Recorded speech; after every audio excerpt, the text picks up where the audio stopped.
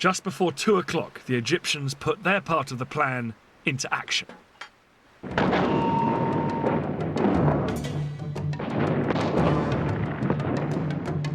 Their assault across the canal on the forts of the Bar-Lev line was such a momentous event in Egyptian history, it was later restaged for the cameras.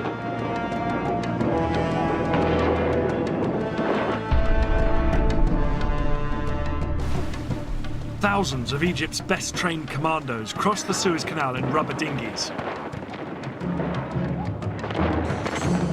They landed on the east bank in the gaps between the forts of the Bar-Lev line. The Egyptian commandos then scrambled up the high sand ramparts. They attached rope ladders to make it easier for the soldiers following on behind them.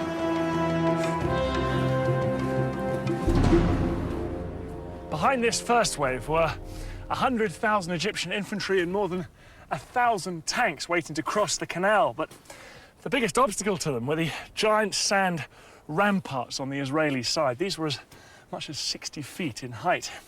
It was impossible for the Egyptian tanks and heavy artillery to climb up and over them. The Egyptians experimented with using dynamite to blow holes in them, but this was found to take far too long. But then one junior engineer officer had a flash of genius. He suggested using high-pressure hoses to blast the ramparts with water from the canal.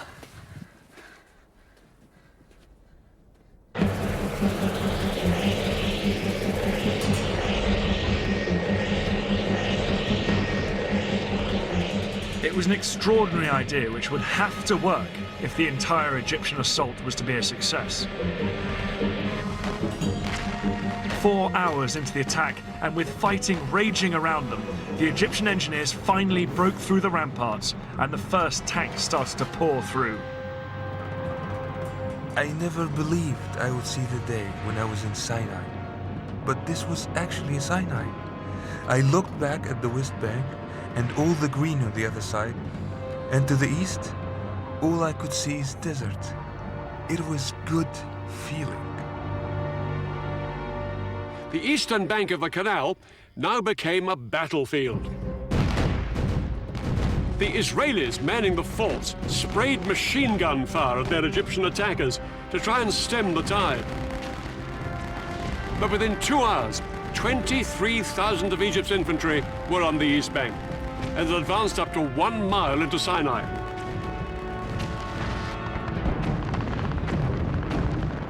The fort was surrounded by Egyptian forces and was under constant fire. We made repeated calls for help. We fired from time to time and reported back what we saw. But mainly, we tried to keep up our morale.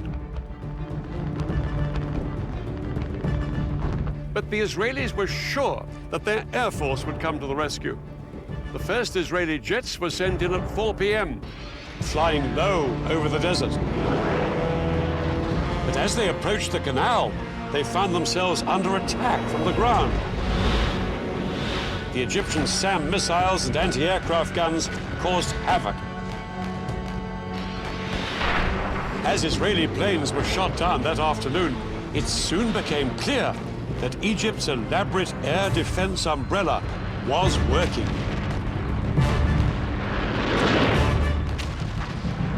Israel's single greatest weapon, its air force, was virtually powerless to hold back the Egyptian onslaught.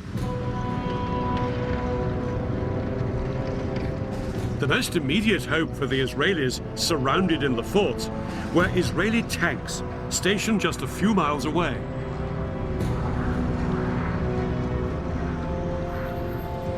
The Israeli tanks raced towards the canal. They thought they'd throw the Egyptians back as easily as they had done in 1967. But as they got closer, they found themselves coming under attack from a weapon they'd never faced before. The Saga missile. This Soviet-made weapon was specifically designed to punch through the thick metal armor of tanks. Yet it was small enough to be carried onto the battlefield in a backpack. Unlike bigger anti-tank guns, the Saga could be set up in moments. This lightweight piece of kit was made all the more lethal because the missile could be steered onto its target. The Saga missile was designed to punch through the thick metal armor of tanks. Yet it was small enough to be carried onto the battlefield in a backpack. Unlike bigger anti-tank guns, the Saga could be set up in moments. This lightweight piece of kit was made all the more lethal because the missile could be steered onto its target. Today, Dan and I have come to the Royal Marines Commando Training Centre in Devon. We're going to find out why Egyptian foot soldiers found the new generation of anti-tank weapons so useful. A modern-day equivalent of the Saga is called the Javelin. It costs £75,000 to fire one missile, so I'm being shown the ropes on a simulator. Okay, so as you're looking through the eyepiece now, Dan, hopefully you're seeing exactly the same pictures I'm going to see on the computer screen. Yeah. Rather than firing off a real missile, the Javelin trainer uses a laser system. If I hit the target, it will show up on the control panel. Good scan. Oh, there's one up there on that ridge line. Okay, so well pinged, well spotted that one. Here's another one. He's coming straight towards me, this one. Okay, so I'll make that your priority target because it's a direct threat to you. Okay. Activate the seeker and release. Alright, he's going behind a few little hillocks and things, but... Okay, now we're in seeker field of view. So what you're going to do, you can decide to engage that vehicle. So squeeze and hold left-hand trigger. Squeeze and release right. Well done. Let's see how we do. Just watching it now. Just watch it's nice it, now to do anything. Okay, so that's a good hit. Right smack centre of the top of the turret. I was ready to take the simulator out into the field. I'm aiming at a real target. That truck fitted with a laser detector that will register a hit. Well, here we are now in this moving vehicle, making a target for Dan, very like the Israelis moving forward to attack the Egyptians in Sinai. Must have made for the Egyptians. Thank you. For a novice like me, a javelin is easier to handle than a Saga. When a Saga was fired, it trailed a control wire behind it, and the operator used a joystick which had to keep steering the missile until it reached its target. Oh, I think I can see something now. A hit required good training and a steady hand. I was going to have a pop at them.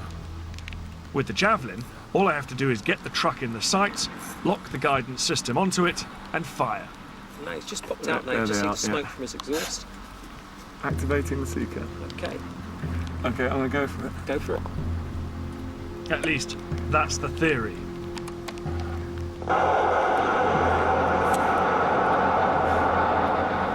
God, it's tricky with that wobble when you just try and get the track gates on the target. Did I miss? Fortunately, that's a no result, which means you've missed. I really had no idea where Dan was. This is where the old speed of Jules starts to come into it now. His state-of-the-art javelin can hit my vehicle from over 2 kilometers away, a similar range to the Sagas in 1973. No wonder the Israeli tank drivers were taken by surprise as they headed towards the Suez Canal. They simply couldn't see the Egyptians lying in wait with the Sagas.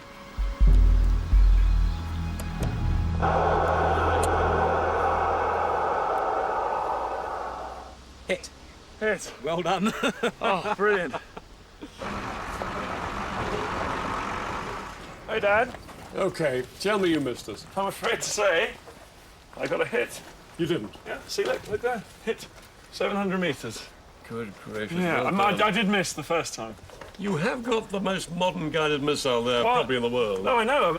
Because one thing worth saying is that the Sagas were wire-guided missiles. You had to keep the sight on the target all the time the missile was travelling towards it. It had to be fixed there, whereas you just fired it and forgot. Yes? Yeah, it's hard enough to get the sight locked onto you, and actually have to keep it there for the entire time the missile's in the air. It would be incredible. You're shaking, you're breathing, you're nervous.